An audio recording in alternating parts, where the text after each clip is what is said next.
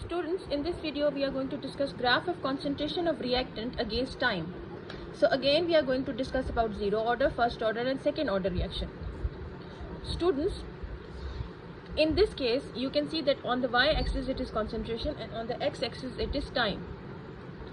For a zero order reaction the graph is descending straight line. You can see here, and the rate of the reaction is the slope, that is gradient of the graph. The reaction proceeds at the same rate whatever the concentration of the reactant.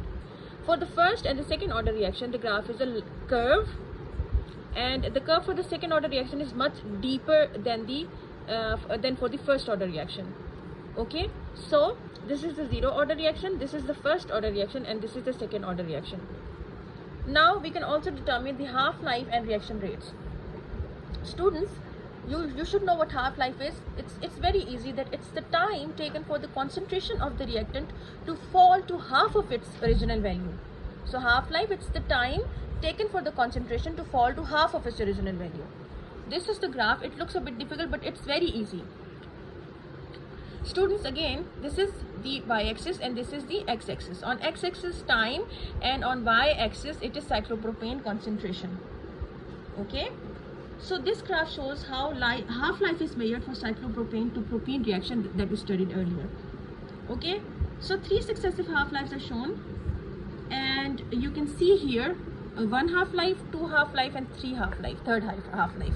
Okay, now you can see in the table that from 4 to 2, that is 4 to 2, the half-life is 17, that is 17 minus 0, 17. From 2 to 1 concentration, 2 to 1, you can see the half-life is 34.3 minus 17, it is 17.3. And again from 1 to 0.5, the half-life is 51 minus 34.3. 51 minus 34.3, it is 16.7.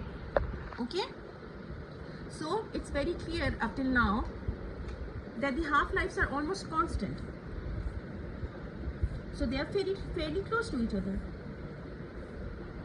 So this means the mean half-life, that is average, is 17 minutes for this reaction. We can tell that this reaction is first order because the successive half-lives are more or less constant.